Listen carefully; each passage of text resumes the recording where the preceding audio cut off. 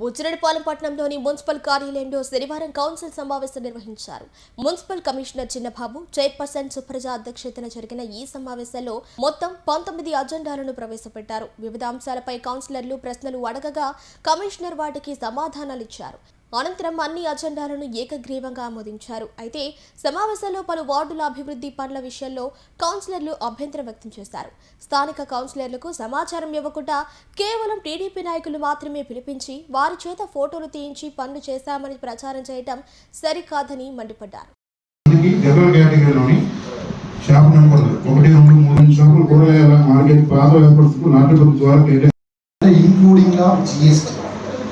కలిపి 8 బోర్డు మన నగరంలో ఆల్రెడీ నాడుతున్నాం. ఒకటి ట్రైల్ కింద పెట్టాము, అది బాగానే పనిచేస్తుంది.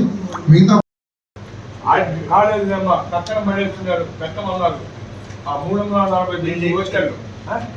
ఆడిట్ ఎవరు చేయించారు, ఎవరు చెప్తే ఆడిట్ చేసి ఈ నిధులు దోపిడీకి తెరలేపారు అది చెప్పాలా.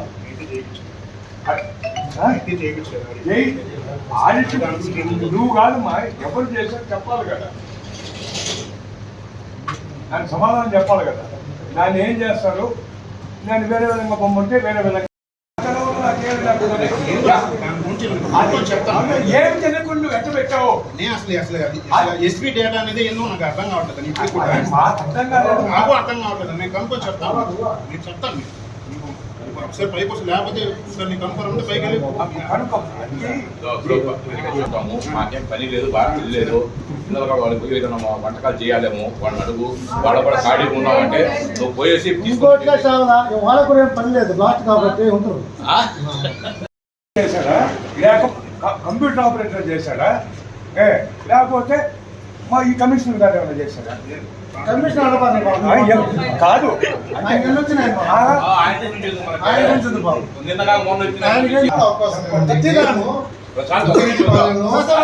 ఐదు రెట్లు పెట్టి నోటిఫికేషన్ చేస్తున్నాడు. ఇవాళ అదే అప్పుడు 5 బోర్డులు, ఈ రోజు 8 బోర్డులు 196,000 చేశారు.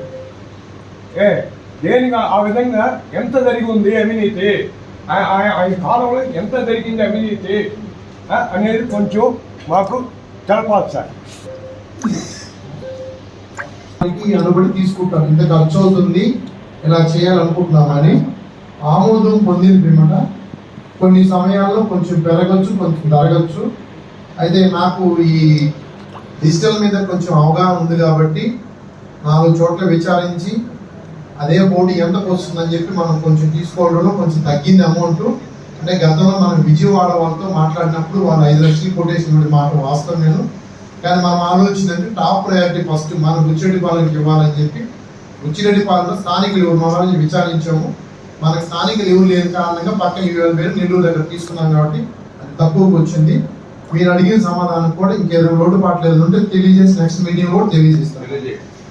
రోడ్డు శాంక్షన్ అయింది, రోడ్డు వేయాలా, వాళ్ళు ఆల్రెడీ వర్క్ జరుగుతున్నప్పుడు ప్రజెంట్ ఆ రోడ్ కింద పైప్ వేసేసి కొత్త రోడ్డు వేసుకుంటారా, లేదు కొత్త రోడ్డు కూడా బాగా కొట్టేసి మన స్టాఫ్ లేరా, వాళ్ళు తెలియదా శాంక్షన్ చేసేటప్ప.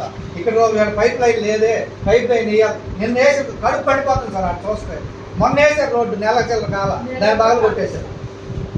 ఏ పైప్ లైన్ జరుగుతున్నది వరకు అవి వర్క్ చేయించిన తర్వాత వేయించాలా పడలేదా, మన స్టాఫ్ లేరు, ఎంతమంది లేరు స్టాఫ్, ఇంత మరీ దారుణం లేదు సార్. అది వాళ్ళు ఎప్పుడు మేము వేస్తాం రోడ్డు అంటున్నారు, ఎప్పుడు వేసేది రోడ్డు సంవత్సరం పడుతుంది. ఈ లోపల వాడు ఇంటికాడ పరిస్థితి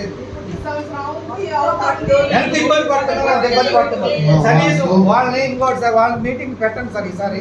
ఎట్టంటే వాళ్ళు గాడిలు తోవేస్తున్నారు, ఎక్కడ రోడ్డు క్రాసింగ్లు అన్నీ తవ్వుతున్నారు, వాళ్ళు ఊరికే నామకాల్సి గుర్చేసి వెళ్ళిపోతున్నారు.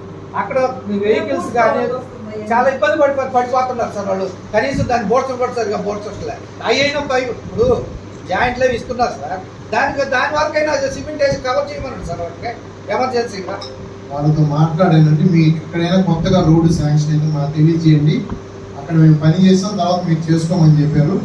ఇంకా భవిష్యత్తులో వాళ్ళు పగలగొట్టడం ఇప్పుడు ఎక్కడైతే కొత్త రోడ్డు వేస్తున్నామో మనం ఇప్పుడు ఎక్కడైతే కొత్తగా రోడ్లు ఎక్కడ చాలా దూరాన్ని నుంచి వస్తున్నాయి కాబట్టి దాంట్లో మలినం అవుతాయి కాబట్టి కొన్ని మురికి పదార్థాలు దాన్ని నిర్మూలించే ప్రక్రియలో వాటికి కొంచెం కెమికల్స్ కలపాలి. అంటే మనకు ఆరోగ్యానికి హానికరం కానిటువంటి కెమికల్స్ క్లోరిన్ లాంటివి కలుపుతారు కాబట్టి అవి తీసుకొచ్చి దీన్ని మీకు నీరు సురక్షితమైన మంచి నీళ్ళు ఇవ్వాలని ఉద్దేశంతో చేసుకున్నటువంటి నిర్ణయం అది.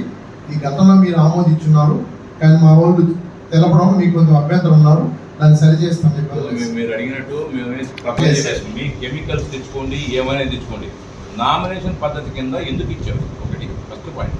రెండోది వచ్చి వార్డ్ లెవెల్ కమిటీ అన్నారు. అది ఎవరికి ఇచ్చారు? ఎవరికి చెప్పారు? వార్డ్ లెవెల్ కమిటీ నేనే వార్డ్ నెంబర్లా కాదా? నాకేదైనా చెప్పావా? నా వార్డుకి ఏదైనా వచ్చారా? లేదు, మీరు వార్డు లెవెల్ లేదు, చైర్పర్సన్ తీసుకున్నారంటే అలాంటి చైర్పర్సన్ రాసేయండి. మీరు తప్పు లేదు కదా దానికి. నామినేషన్ పద్ధతి కింద ఏ విధంగా ఇచ్చారు? మేము ఏదైనా ఒక వర్క్ అడిగితే నామినేషన్ పద్ధతి కింద ఇన్ని సుడ్డులు చెప్తారు మీరు మాక. ఈ రోజు ఎట్టిస్తున్నారా నామినేషన్ పద్ధతి కింద? మేము ఒక వర్క్ అడిగితే 100 రూల్స్ చెప్తున్నారు మాక. చెప్పలా రూల్స్ మాక కుదరదు మాకు. ఈ రోజు ఎక్కించారు మీ నామినేషన్ పద్ధతి మీద దాన్ని చెప్పండి, తర్వాత మనం పోదాం. నెక్స్ట్ చెప్పండి. నెక్స్ట్ నాకు కావాల్సింది అది మేము అడిగిన పనులకి చిన్న చిన్న పనులకే 1,00,000 చిల్లర మోటార్కి అడిగితే ఎన్నిసార్లు చెప్పారు మమ్మల్ని? అదేమంటే నామినేషన్ కింద ఇవ్వకూడదు, టెండర్లు వేసుకోవాలా? ఏంటది? అంటే మీ ఇష్ట ప్రకారం మీ అధికార పక్షం మీకు ఉంటే మీ ఇష్ట ప్రకారం మీరు చేస్తారు. మేము అడిగితే మాకు లేదంటారు. అదే ఇక్కడ నేర్చుకుందా? శాశ్వతం కాదు ప్రభుత్వం, మీకు ఎప్పుడు కూడా గుర్తుపెట్టుకోండి. అది కాదు కానీ ఎవరికైనా సరే ప్రభుత్వం అనేది శాశ్వతం ఎవరికి ఉండదు. వస్తూ ఉంటాయి, పోతూ ఉంటాయి. అది దానికి కూడా చూసుకొని చేయండి. మీకే స్టాండర్డ్ ఉండబాకండి. మీరు ఈరోజు ఇక్కడ ఉంటారు, మీరు వెళ్ళిపోతారు. ఇక్కడ ఉండేది మేము లోకల్ సమాధానం చెప్పాల్సింది మేము. మీరు ఉండరు కదా ఇక్కడ. 5 ఏళ్ళ మీరు ఏడుంటారు, ఏ ఊరిలో ఉంటారు మీరు, మీకు తెలియదు. శ్రావణి గారు తీసుకుని కోసం పొరపాటు రాకుండా మా సిబ్బందితో నేను కోఆర్డినేషన్ చేసుకుంటాను. ఇది ఒక్కసారి కాదు, చాలా సార్లు వచ్చింది. మీకు ఈ సందర్భంగా సభాముఖంగా తెలియజేసేది ఏంటంటే శ్రావణి గారు ఇది ఒక్కటే కాదు, మీరు ఒక్కసారి అనుకుంటా ఉంటే మీరు చెప్పింది శ్రావణి గారు ప్రతి మీటింగ్ లో తప్పులు శ్రావణి గారు మీకు నీటి సమస్య కానీ, డ్రైనేజ్ మా పారిశుద్ధ్య సమస్య కానీ, వెలుగులు కరెంటుకి సంబంధించిన సమస్య ఉంటే చెప్పండి. ఎప్పటికప్పుడు వీళ్ళంతా త్వరగా చేస్తాం. దానికి ఎప్పుడు కూడా అలా వాయిదా జరగదని. శ్రావణి గారు మీకు ఏదైనా సమస్య ఉంటే మీరు తెలియజేసిన వెంటనే స్పందించి సమస్యను పరిష్కారం చేస్తామండి. గతంలో జరిగింది నేను చెప్పట్లేదు, ఇప్పుడైతే మాత్రం తెలియదు. మీరు వచ్చి కొత్త మిమ్మల్ని అడగలేదు. మీరు ఏఈ గారు పాపం ఉన్నారు, ఏఈ గారు కూడా తెలుసు మీరు చెప్పేది. ఏఈ గారు తెలియదు కాదు, ఏఈ గారు కూడా తెలుసు. ఏఈ గారు ఉన్నారు కాబట్టి ఆయన అడగతాను, ఎందుకంటే అతను ఉన్నాడు గతంలో.